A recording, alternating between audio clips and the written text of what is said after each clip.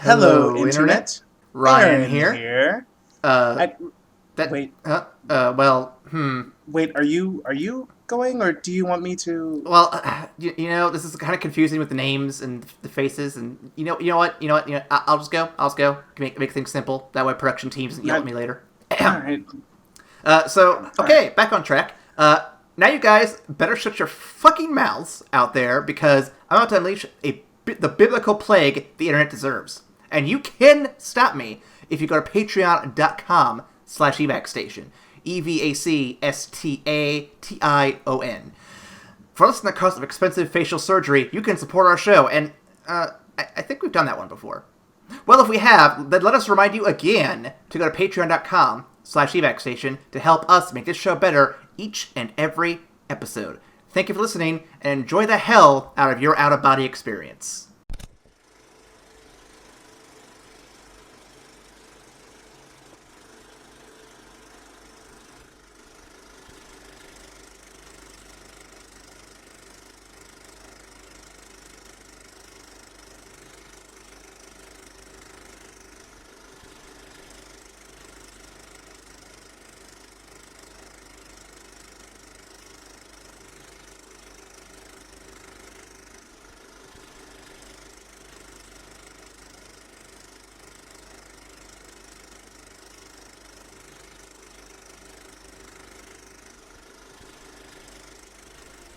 Welcome to the After Credits Podcast, the only movie podcast to surgically swap the faces of your co-hosts. I'm your host, Aaron Wasescus Troy, and with me is... Okay, Ryan, we need to talk. About what? I agreed to this bit because, well, it's face-off, and it sounded like a really good idea at first. But, I don't think the face swap works particularly well for the two of us. Oh, well, how so? Well, okay, you're gonna call me out on this one, but you look like one of the dudes from White Chicks, and I look like a racist piece of shit. I've been getting looks all fucking day. Can we please just swap back? Fine. Your vision is terrible anyway. Wait, we didn't swap... Whatever. Welcome to the After Credits Cast, the only podcast that swaps faces during recording. I'm Aaron, that's Ryan. Let's move on from this silly bullshit. Lord have mercy. If you want to follow us on the social medias, their links are down below. There's the Tumblr, the Twitter, the Facebook. They're all there. They're all happy to take your clicks. You can also find us on many platforms of your choice. That includes Peepa, iTunes, Google Play, Stitcher, TuneIn, and Podcast Addict, as well as patreon.com/evacstation. All of our uploads are up there several days early for your enjoyment. And you can also reach out to us directly if you want to reach out to us, ask us questions, suggestions, all that fun stuff. Aaron says, Troy, where can they send that to? You can send that to Ready for the Big Ride, baby! Excuse me. Sorry. You can send that to evacstation@gmail.com. Love it. Absolutely love it. We're doing a fun one this week. Before we jump headlong into this motherfucker, let's do a quick burst of what you're watching. Ryan, what have you been watching? Well, I actually, because of the way recording schedules are set up, Cagliostro and all that good stuff, I actually got to check out John Wick 3 this weekend. Ooh. It was a lot of fun.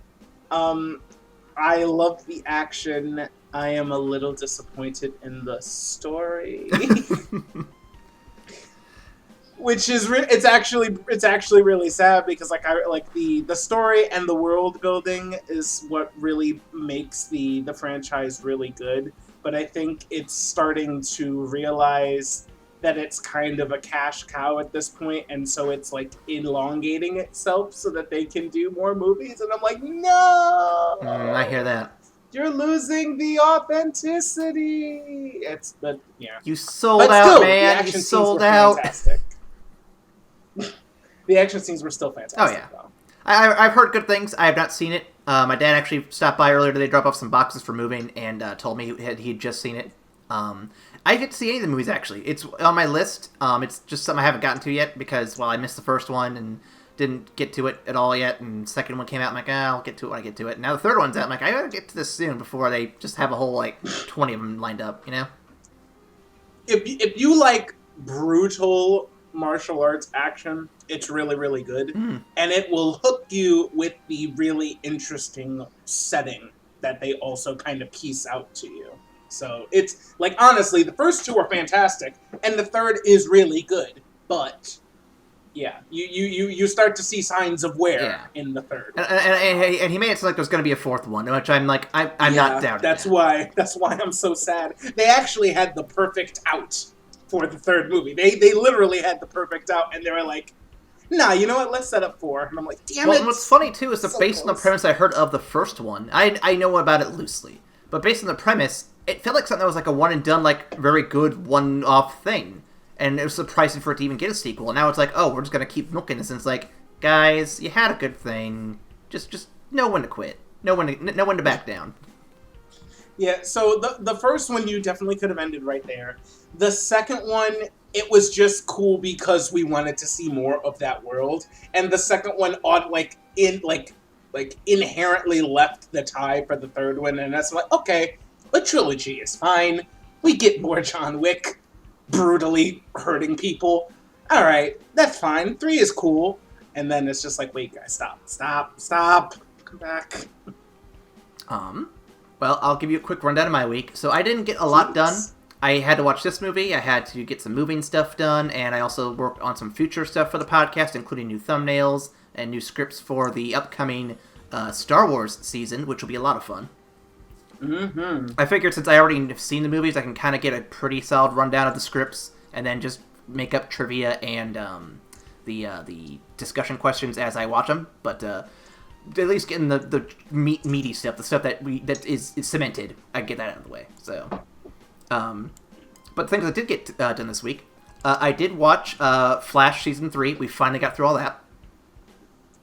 I've seen it already, but she hadn't, and yeah, it's about as. Can you remind me? Can you remind me what villain is in Season 3? That's the Savitar season. Oh man, that's that's a pretty good one. Not my favorite. Not my favorite. It's not my favorite. I think 2 is my favorite I've seen so far. We have just started 4, so I don't know what to make of it yet. We're only like maybe 2 episodes in, so we're getting there. We're getting there. You didn't dig Evil Remnant Barry? You know, evil speedsters, I get it. You know, the only way you can really challenge a speedster is with another speedster. You pick because as the hero. Shit. It's a little like, we've been here before. What are you doing?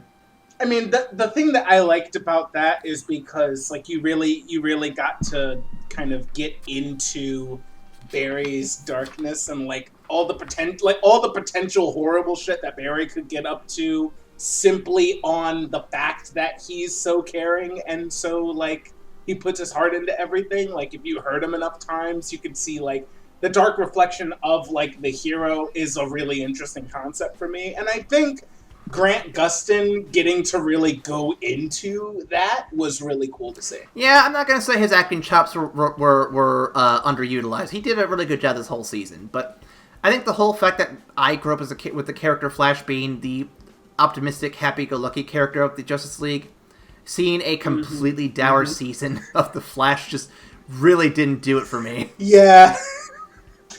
Season 3 is dark, man. It's rough. Like, I completely understand where you're coming from.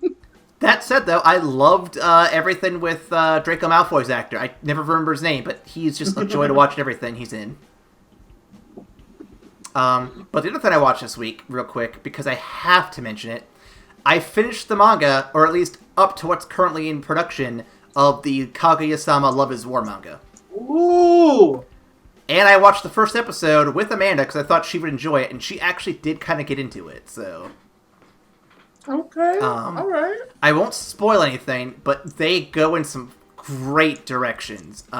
You, Ryan, in particular, will love the Cultural Festival arc. It is the best thing I've seen in any rom-com ever.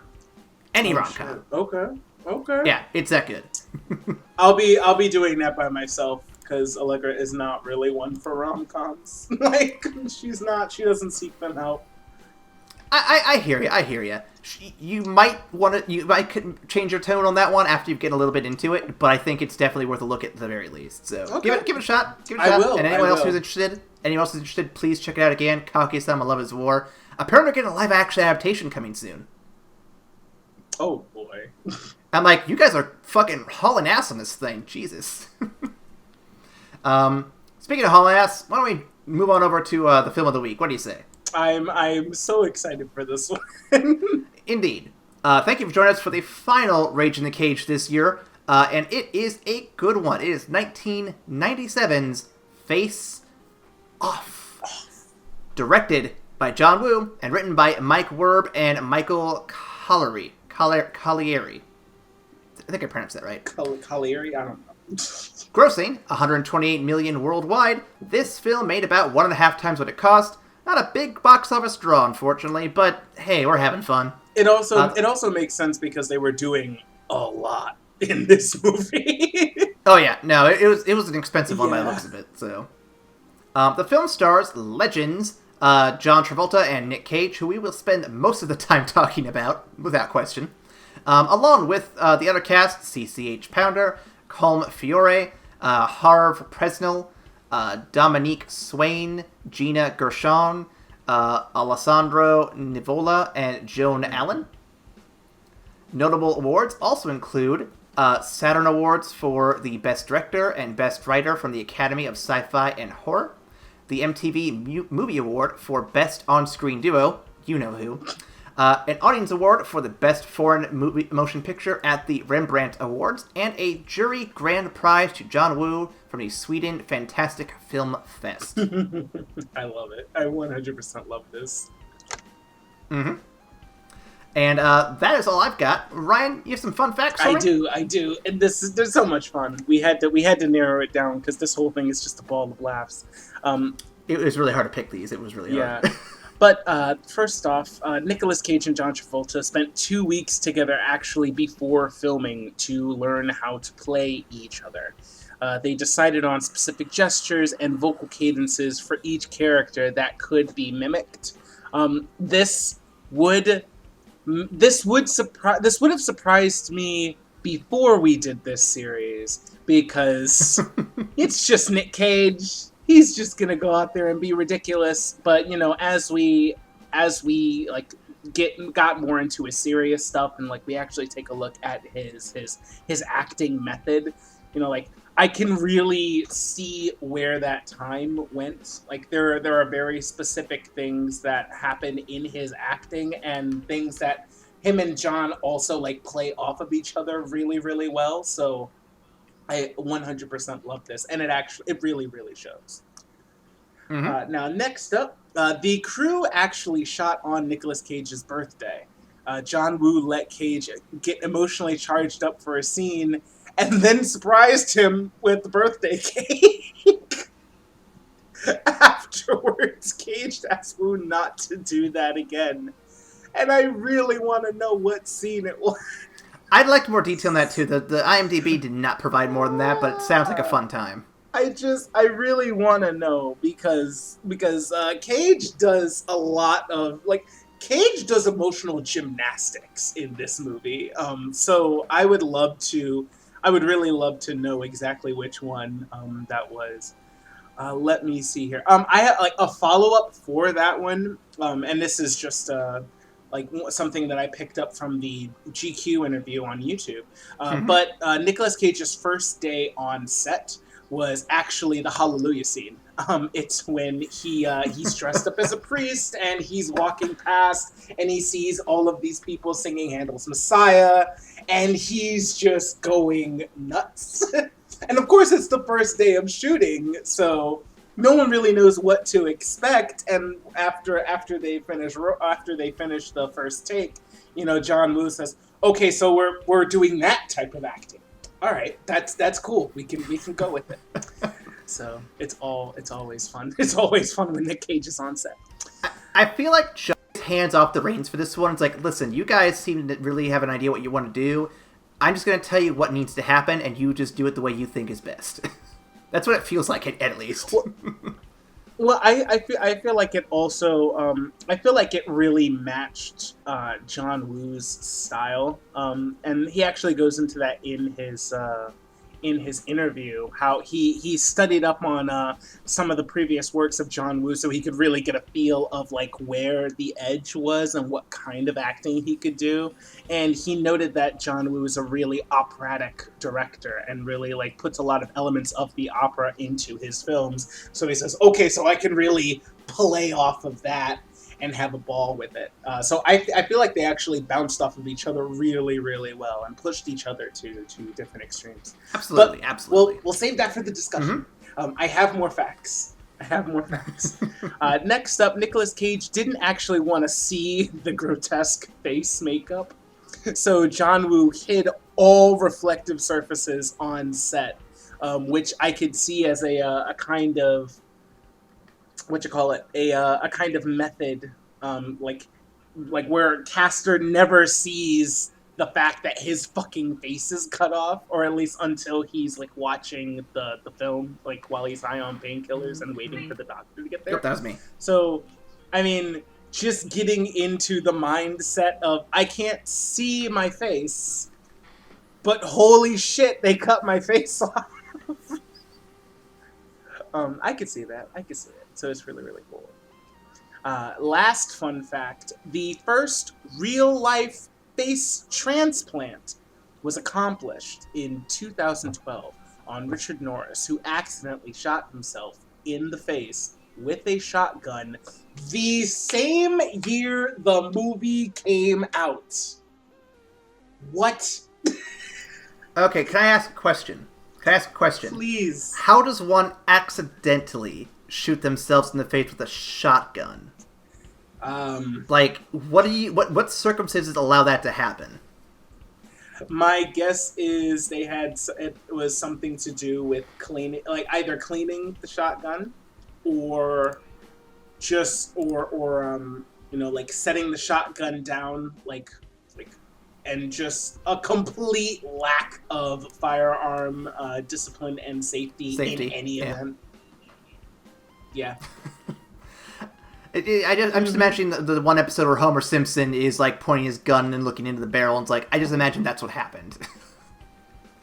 But anyway, moving on. So we'll get some initial thoughts out of the way real quick.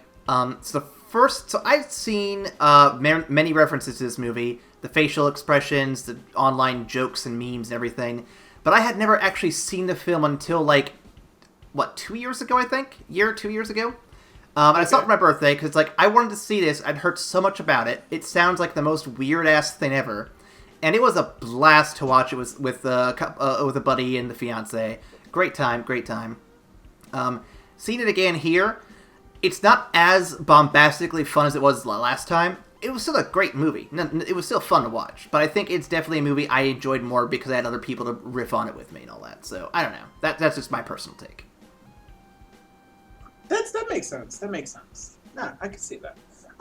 This is one of my childhood gems. This is some of the shit that I grew up with. When I think of early action films that really shaped my personality, and just how kind of off the wall I can be at times, I look to this. So this was, the nostalgia was heavy with me. I actually watched it with Allegra, who had never seen it before, and she really? could not believe the ridiculousness of this entire premise. She could not believe it. It was hilarious. It was hilarious to enjoy it with her. But also watching it with a more critical eye, and really trying to keep up with the emotional and the acting beats that Cage is not that I now know him for, and now I know what to look for in his acting method. It's actually really, really interesting and very layered in how he goes about it. So I it still has its boyhood appeal of crazy, amazingly extra actors that are essentially doing ballet with guns and just saying the most ridiculous things. But there's also a layer of subtlety underneath all of the craziness that I actually leads me to appreciate it more. Absolutely, absolutely. And that's going to be what we're talking about here today. Looking forward to it. Let us jump into a synopsis. Do it! After the death of his son, Sean Archer made it his life's mission to apprehend his killer, Castor Troy. Fast forward a few years, and the FBI are in pursuit of Castor Troy and his brother Pollux after placing down a bomb and grabbing some ass along the way. Archer gets them both, but the bomb is still in the loose. With Castor in a coma, they need to get Pollux to talk about the location of the bombs, but, he's a little tight-lipped, Johnny Tight-Lips. So obviously, experimental facial procedures are the way to go, and what's better than ripping off Castor's face and putting it on Sean? Nothing. That's exactly what every FBI agent should be willing to do for their country. Yeah, that's of course. It's a sign of a true patriot. Absolutely. Not wanting to get rid of abortions, taking other people's faces off. Sean successfully locates Pollux in the prison and gets the intel. However, things take a turn when the real Castor Troy wakes up from his coma to see his face is, well, it's kind of gone. He takes Sean's face, which the surgeon held onto for when the assignment was over, and infiltrates Sean's life. After killing the surgeon and everyone who knew about the assignment, Castor Archer taunts Sean Troy, releases Pollux from prison, and then disarms the bomb he placed in the beginning of the film to become a world-renowned hero. I'd do that. That sounds like a great plan. I love it. Of course. Disgusted by Castor Archer taking everything from his life, Sean Troy breaks out of prison and meets up with Castor's old posse, his former lover, and his estranged child. But Castor Archer figures out where he is and leads the FBI raid to said lair. A shootout happens, and Sean Troy is pretty injured, severely injured. Upon returning to the FBI HQ, the FBI director chews out Castor Archer, Castor Archer's reckless use of force, but conveniently has a heart attack, leaving him in charge of the FBI. A heart attack. Mm-hmm. And that's what the coroner's calling it. This would only make the goal of Castor Troy to rid the world of his terrorist rivals that much easier. Sean Troy manages to convince his wife that he is who he says he is with a blood test, and they prepare for a final showdown at director Lazaro's funeral. After a ridiculous Mexican standoff, more shooting happens, a chase begins, first in the church, then with hostages, then on boats, and finally finishing him off on the beach. Castor Archer dies, Sean Troy wins, his face is restored, and his life is put back together. He even adopts Castor's estranged son, as the boy's mother was killed during aforementioned shootout. Even his asshole daughter is happy to see him. End of movie. Why? Why? She's not an asshole. She's just a teenager. All teenagers are assholes. This has been a quote by Aaron Waseska. You may put that on a shirt. It's fair. It's quite fair. It's a fair assessment. I was a teenager. I can admit that I was an asshole. It's Yeah, fine. I can also admit that I was an asshole when I was a teenager. Just like, oh, kid, what are you doing? Don't get penisy, kid. Okay, so that was our movie. Ryan, overall thoughts. What are you thinking? What are you doing? Where do you want to go? Where do you want to start? Shit. I will leave it to you to lead the discussion, because this is, I have nothing but fondness for this movie. Even in the most ridiculous bad things, I have nothing but fond things to say about this movie. That's fair. Okay, let me begin with a very blatant question. Who or what exactly is Castor Troy? Like, he doesn't really act human. He acts like some sort of a strange... He acts like he's seen humans on TV, but he doesn't actually know how to be a human, and so he's just this otherworldly creature. It's just so interesting, but at the same time, it's just hard to understand and read what this man's ideas and motivations are. All right, so here's my take on it. I don't think that Castor Troy as a character is super well developed. I think, you have the beats of just, he's this fucking psychopath, and he has a younger brother and they're both terrorists, but he loves his younger brother and would do anything to protect his younger brother. That's it. That's really all you get for the character. The rest of it is kind of a blank slate for Nick Cage to really do, for Nick Cage and by extension John Travolta to do whatever the fuck that they want to do. Now, I mentioned that John Woo really has an operatic style, and like it's really big. It's sweeping. There's a lot of orchestral music in the background. It's very like blatantly artistic, with the single white dove flying out. I think Nicolas Cage, like, I think the character in and of itself was kind of written like with broad strokes to kind of give Nick Cage a freedom to really do whatever he wanted to do with it. Whether or not the character was written to allow that to happen, or the character was just written poorly and Nick Cage was just like, oh, well, I guess I have a blank check to do whatever, I couldn't tell you. But I think he used it as an opportunity to really like push the envelope on it and get really big with facial expressions and just like becoming like the biggest character. I think it's really, really interesting when compared to his foil in Sean Archer, who in the beginning is really muted and reserved unless it's regarding fucking going to kill Castor Troy. So John Travolta gets to explore that huge ass personality while also having to wear the mask of a reserved person. So you get to see that intermixing. And when Sean puts on Castor's face, and Nick Cage, like for the majority of the movie, who gets to play Sean as Castor, or Castor as Sean, whatever, you know what confusing. I mean. It's confusing. Yes.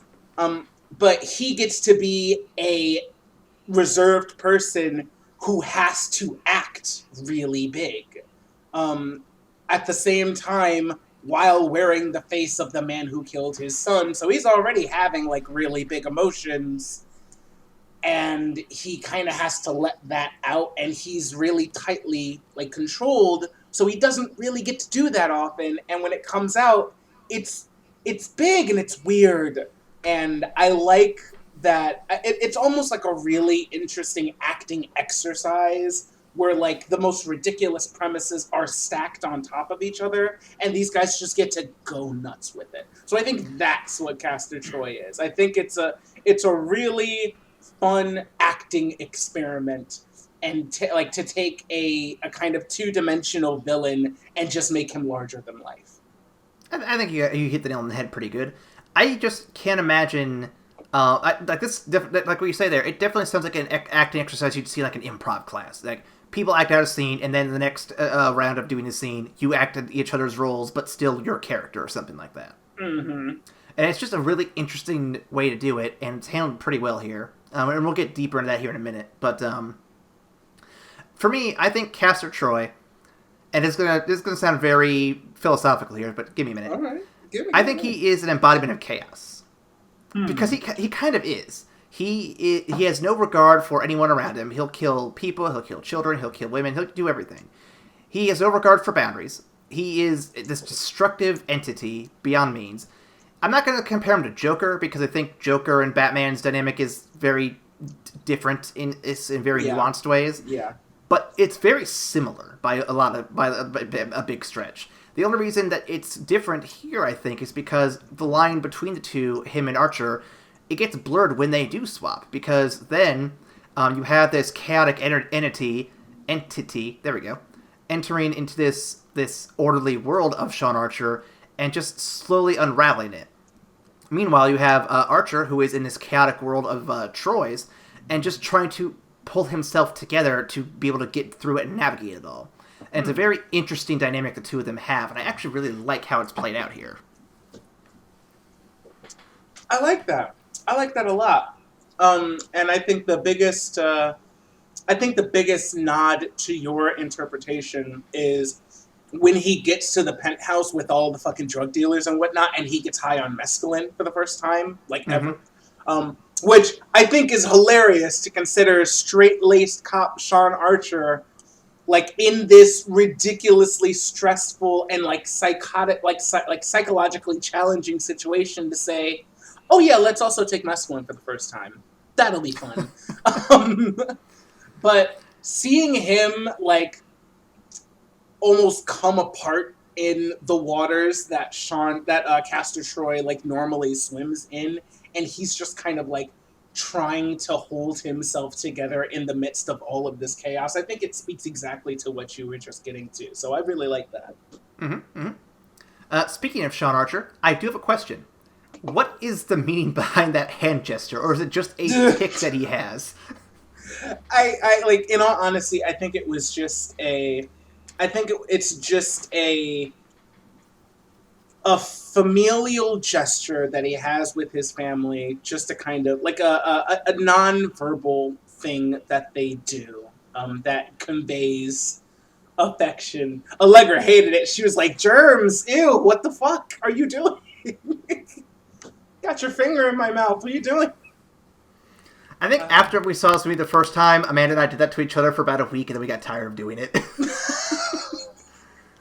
I started it, and then she just did it to fucking mess with me. So I broached the topic because I'm gonna be seeing her in about a week, and she was like, "No, absolutely not. You should catch her by surprise and just do it for funsies. Just see what happens." Yeah, but I don't want to get slapped. One slap is a minor offense. It's all it is. Just don't do it when she's in an overly good mood. A good enough mood where she won't hate you for it, but but not so good that it ruins whatever good mood she's in. Yeah, I'm gonna do it like after like she notably sees me put hand sanitizer on my hands. That's a smart move. Hey. Smart move. Okay. So in this film, where the two leads have something like an identity crisis, does the daughter's desire to find herself mean anything to the film?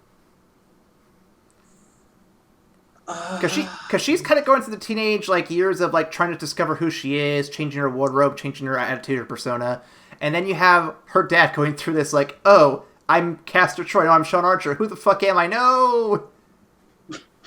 Like, there's something there, right?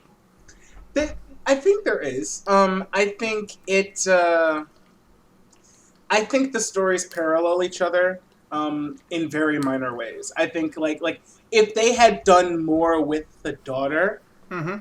it could definitely have been more poignant. I think it's definitely intentional that she's going through this type of crisis when the whole movie is literally trying to figure out who the fuck you are and what face you have on.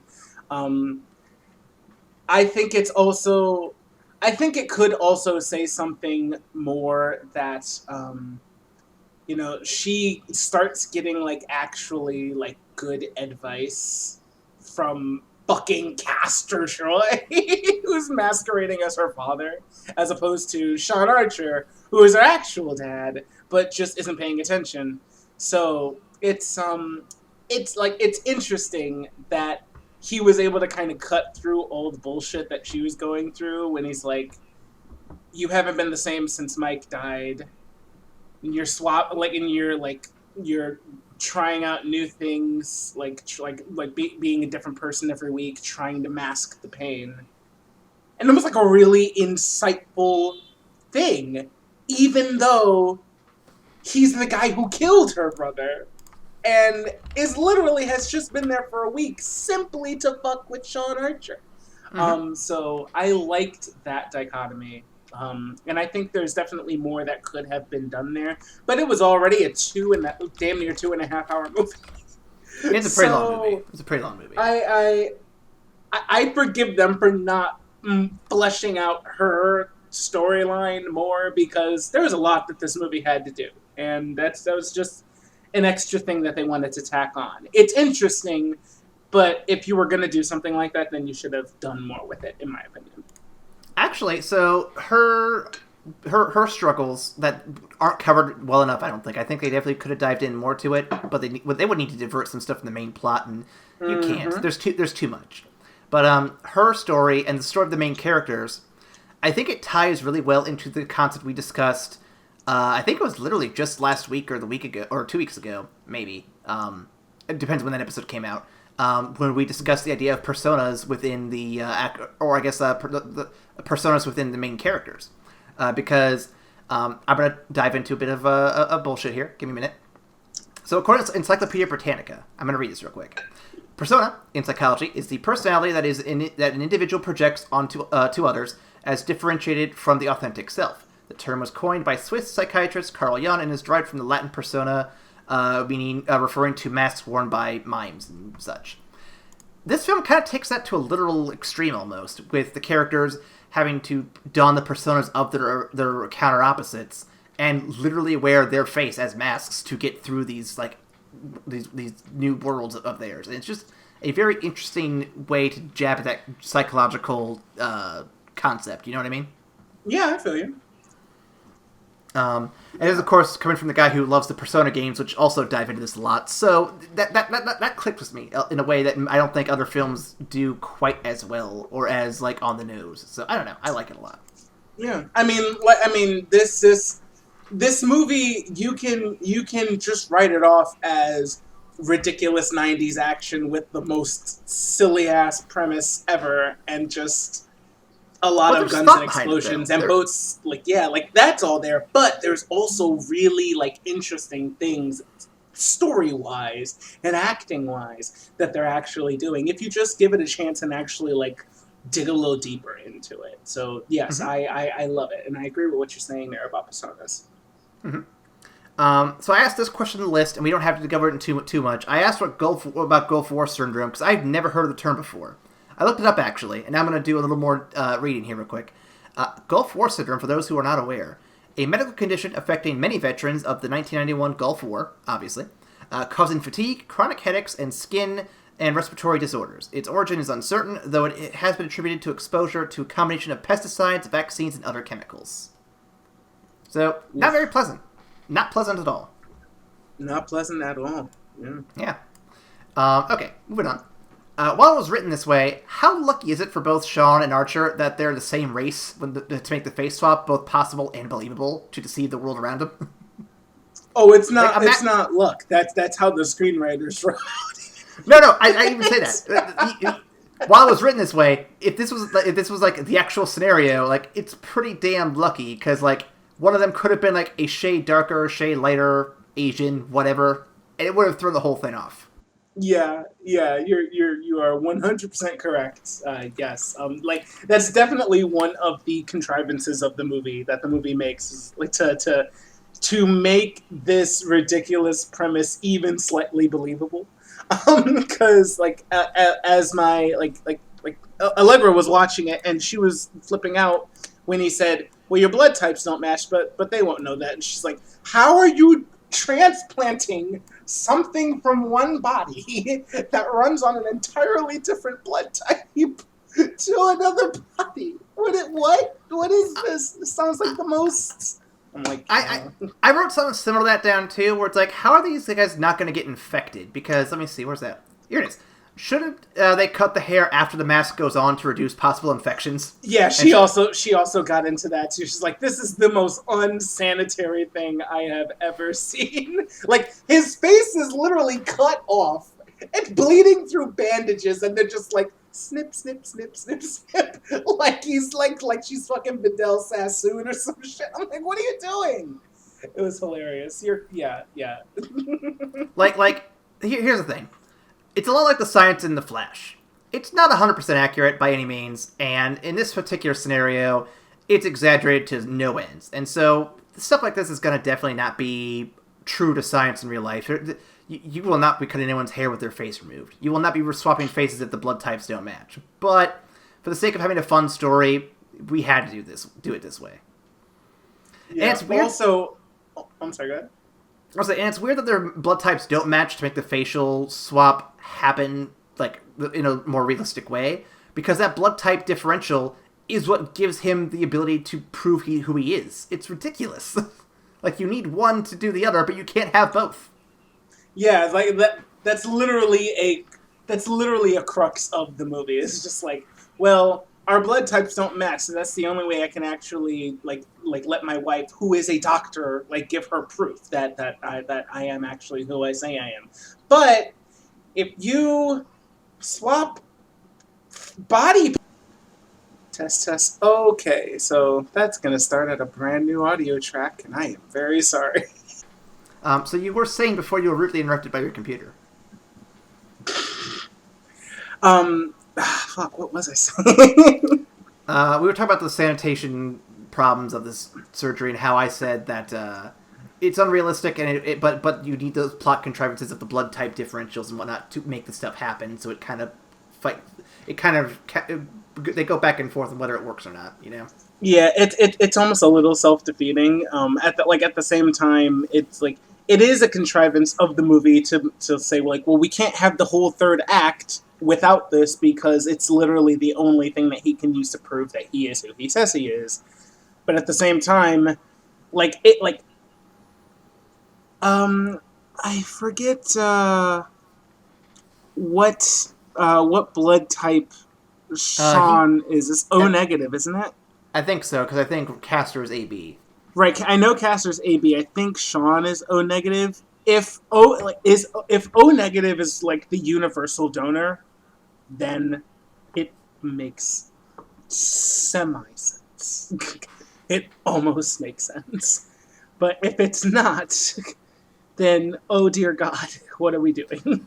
Well, wait. So I think O is the either universal donor or universal receiver, and then AB is the opposite of that, right?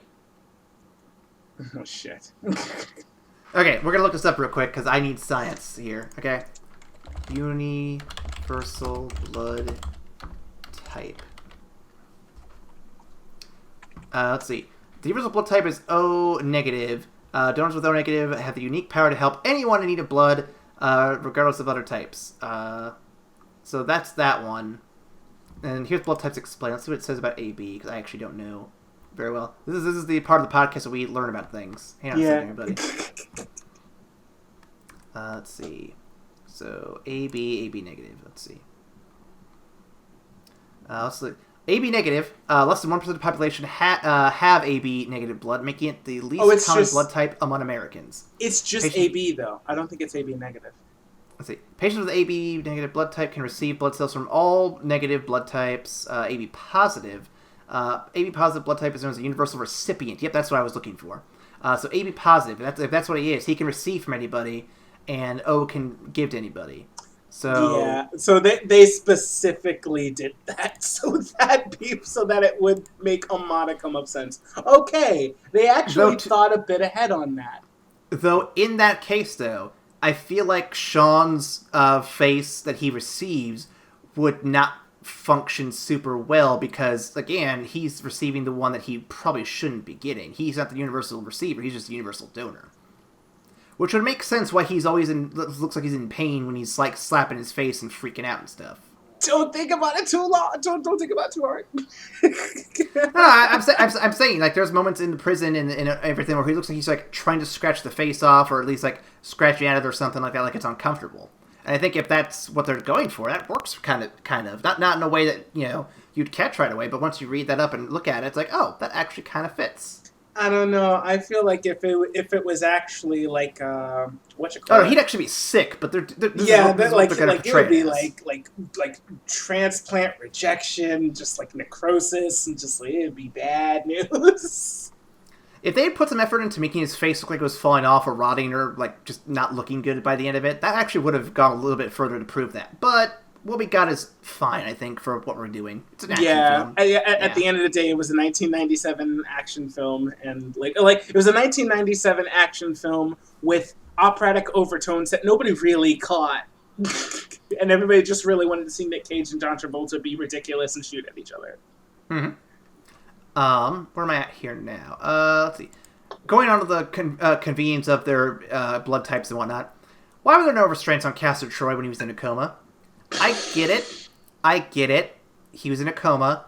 But every other cop show I've seen, whenever someone's in the hospital who's a suspect or a criminal, conscious or not, they are in handcuffs. They cannot escape.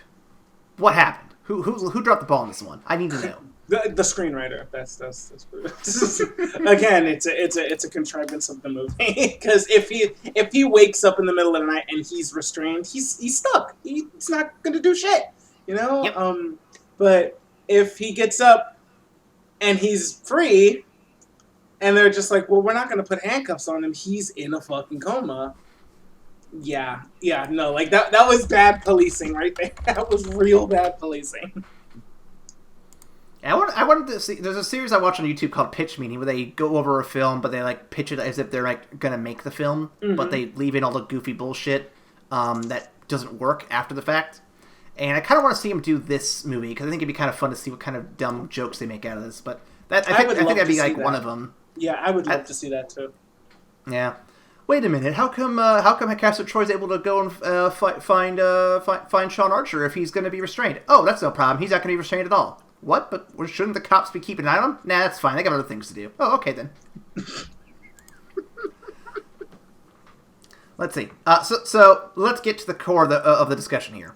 The main draw of this film, obviously, is Travolta's performance as both his character in the exaggerated Troy persona and Nick Cage's insane persona, followed by his toned-down variation on the Travolta-style performance. What a fucking masterpiece of, like, back and forth, like, synergy these two have. Like, there's just... I can't think of another pair of actors I've seen who have been able to emulate each other as well as these two have done. You know what I mean? Mm-hmm. Yeah. Like, when it comes to remakes and such, I think some actors can do a good job portraying a role of that someone else did and carrying on with it in their own style, but still keeping true to the original performance. But these two are doing something a little bit different, where they're doing completely original characters and then swapping them halfway through while still being their own character in the other character's person, so to speak. And it's just such a bizarre concept and idea, and just seeing these two do it, like, on a professional level, it's just something that is just you're kind of in awe about, you know? Yeah, no. I mean, like we mentioned earlier, you can kind of brush this off as just like a weird shoot 'em up with like crazy ass like music and just ridiculous premises. But no, the acting chops required for this type of endeavor is really staggering. And I'm actually kind of surprised it only took them 2 weeks to really work out like stuff that they wanted to share. And I think it speaks to the seriousness and the acting chops of Nicolas Cage and John Travolta. Because like they both committed to doing like really big over the top performances, but they also committed to doing like to having like the subtle things built into that over the top performance, which really like is what opera's all about. I mean, if you think of any staged performance, like everything has to be big and exaggerated so that everybody watching the stage can see it. There's no like really small facial movements because you don't have a big ass camera in your face to capture every single like nuance and like every squinting of your eye. Everything has to be big and blown out to really convey what's going on. I love that both of them committed to doing that, but they also were able to inject shades of subtlety in their portrayals of each other. I think one of the best shots in this movie, like personally, just from an artistic standpoint, is towards the end of the shoot off in that penthouse, right before Pollux gets tossed through a window and whatnot, and they're talking to each other while taking cover behind the same mirror. And they figure like, okay, let's just go ahead and kill each other. We can't switch back, so let's just fucking go kill each other. And they both turn towards the mirror, and they're wearing the other person's face, but they're shooting at the person they want to shoot. They want to shoot. So it's like the mirror is actually like a window to who they're actually killing. and I think it's one of the best shots ever. I think it was just one of the most artistic shots I've ever seen in a shoot 'em up. It was fantastic, and I love that to this day. Has John Woo done anything recently? I actually have no idea. The other thing that I know John Woo for, he did Mission Impossible 2. He's still alive, so he's got to be doing something. Yeah. He did Manhunt in 2017. The Crossing and Crossing 2 in both 2014-15. Mission Impossible 2 in 2000. There's some stuff in between, but there's other than Mission Impossible 2, he hasn't really done anything that I'm familiar with. Nothing I've even heard of. Yeah. I think That's interesting. It also looks like he's mostly doing foreign films. Yeah, it might be what's going on here. Okay. Yeah. Which I get it. That's your homeland. That's what you want. You want to work with your people and in your your home field advantage and whatnot. I get it. But man, I gotta see more of his stuff because this is pretty intense and fun stuff going on here. Yeah. I mean, also when you consider Chinese opera, I think there's definitely some shades of that as well. He's a very operatic filmmaker, and there's a heavy bent in that, in everything in the stuff that I've seen him do.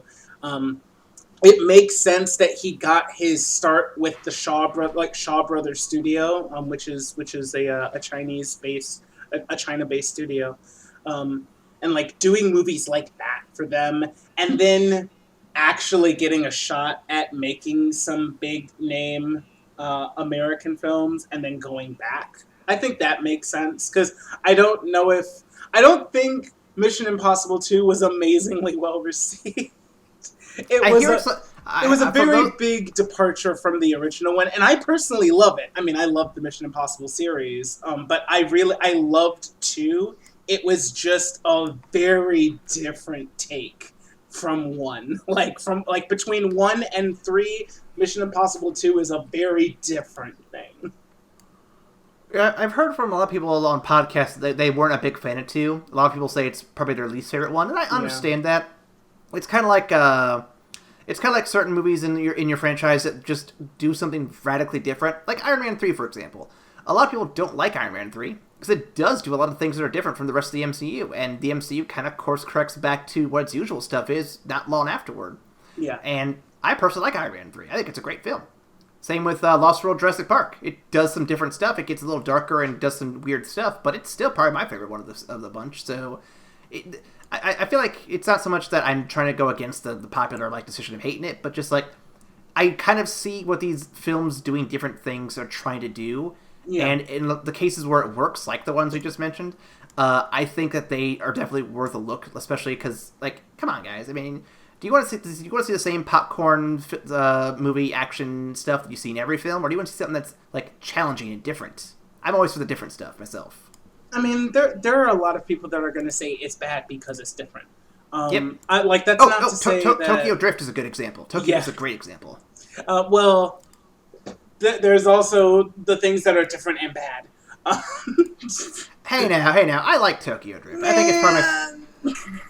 To be fair, though, I didn't like the first couple of Fast and Furious films. That's the first one I think that clicked with me personally. Yeah, okay, then that's fair. It was meant. I guess it was meant for a different audience, really, possibly. I mean, but at the same time, so like I was saying, there are a lot of people that'll say it different is bad just straight out the gate, and I don't necessarily agree with that. But I think that when things are radically different, especially in big blockbuster movies, the investors and producers, they want to go with stuff that's guaranteed to make money. So if you do something that's completely out of the fucking box and it doesn't instantly make bank, then they're yeah, no, we're not doing that again. Okay, goodbye. And there will be times where they'll do something different and then everybody will get into it and they'll say, well, yeah, okay, keep doing that. But 9 times out of 10, especially if you're in like an actual established like series, like it's the sequel to Mission Impossible. It's Tom Cruise. We want to make this like an actual thing. Sure, we'll give it a shot and see what happens. See like a different how a different spin might do it. Doesn't really work. Okay, this guy's out of here. We're going back to something something closer to what we know works to get a better return of our investment. Well, and the problem too is it's a twofold problem. You can either do your weird film, like your one-off film, with the name of your franchise, and then risk having everyone backlash saying, no, it's not part of the franchise, what are you doing? Mm-hmm. Or you do the thing that should work that better, make a whole new movie with a whole new name, but still use this premise that's similar to what you were already working on. Because, I mean, if you're not doing, like a good example is like Halloween 3, for example. It tries to do something radically different from the main Halloween series, with no Michael Myers or anything like that. But the problem is they still use the Halloween name, and people who people who see it are like, oh, this is going to be another Michael Myers film, and will be very disappointed when Michael Myers is not in the movie. So, yeah, there's a case where doing one-off weird things with your franchises is not a smart thing to do. Yeah. But at the same time, though, without that name recognition, will it make money? That's the question most of those studios are asking. Yeah. I mean, like the goings on of like the American movie industry. It's really interesting.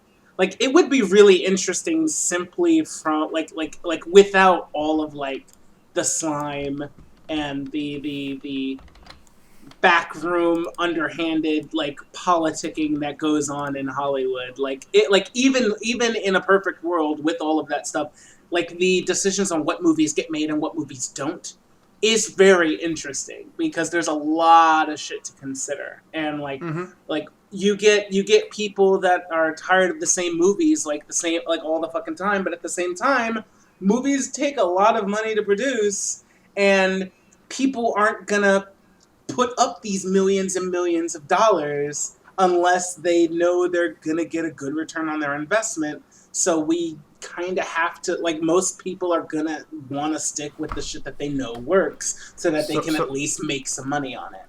And so Ryan, what you're telling me here is we need to fast track a 40 character superhero movie that's going to cross over all these different superheroes from everything right now to make as much money as possible.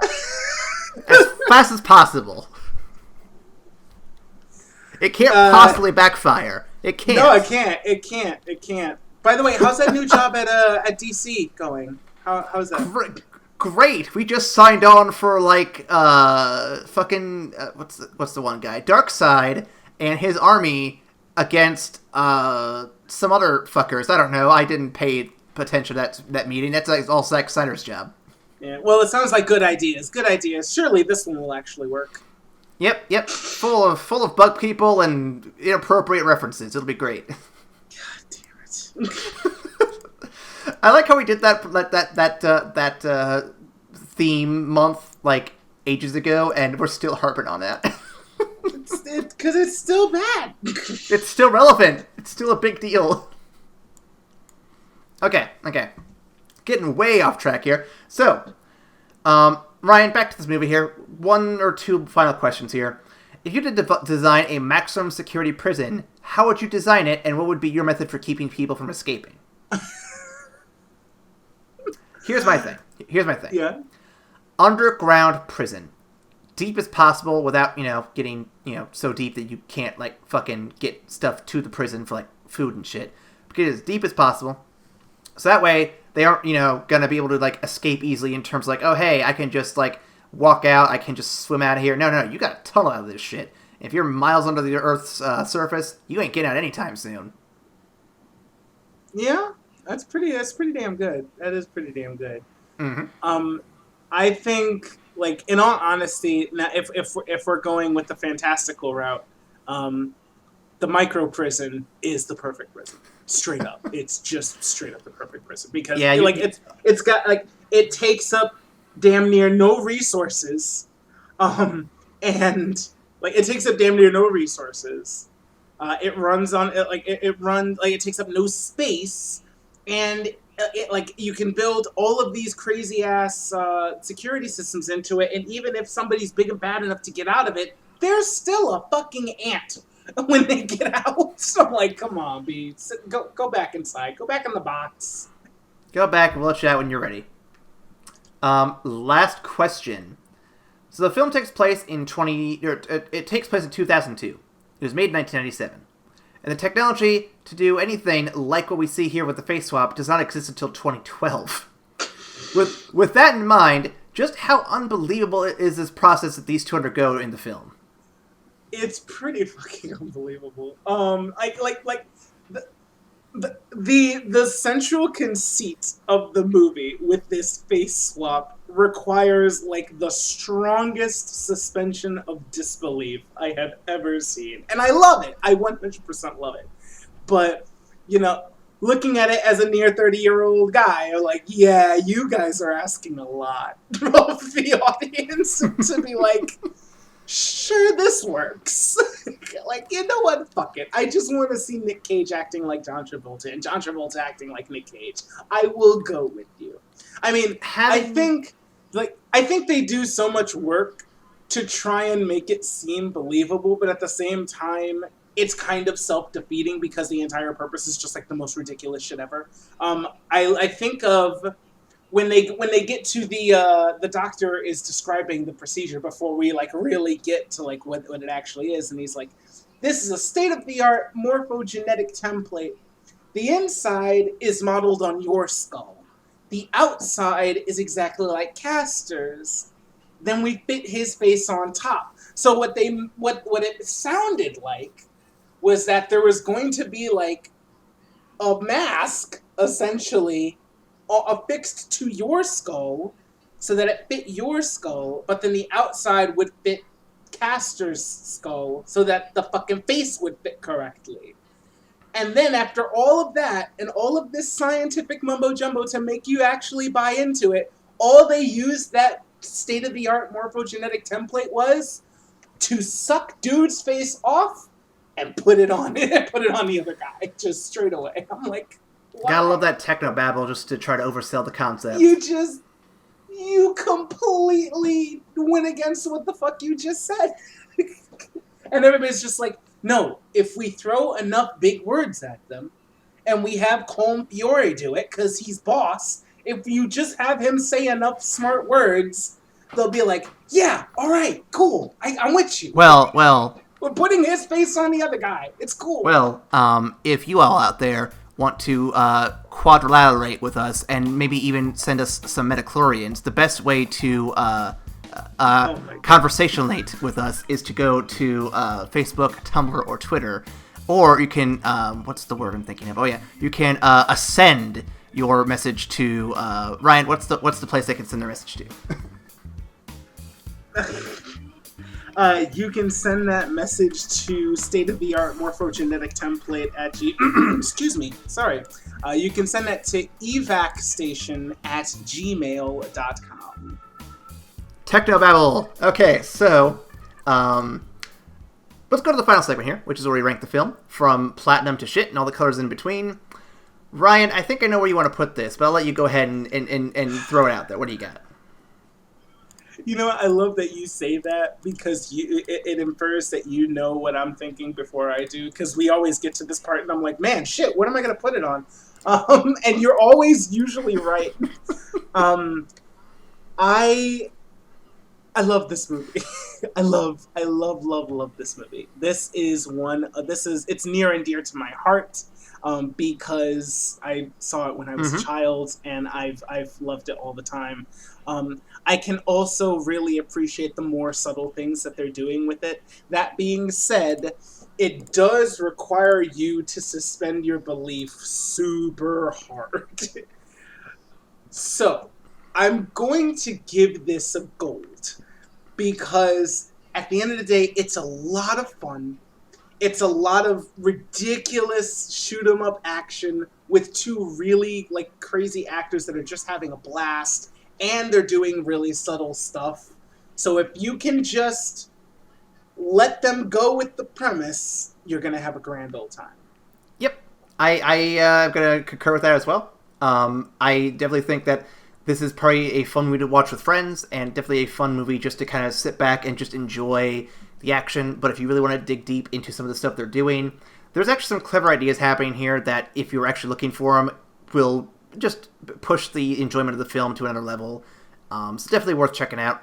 I actually thought you were going to go platinum, because I remember when we were recording The Rock, Bo gave you shit about not giving this a platinum, and you had said specifically, there's something else in this we're going to be doing that I know is going to be a platinum. Right. And I thought this is going to be it. Right. Whoops. Oh, that was eons ago, Cagliostro.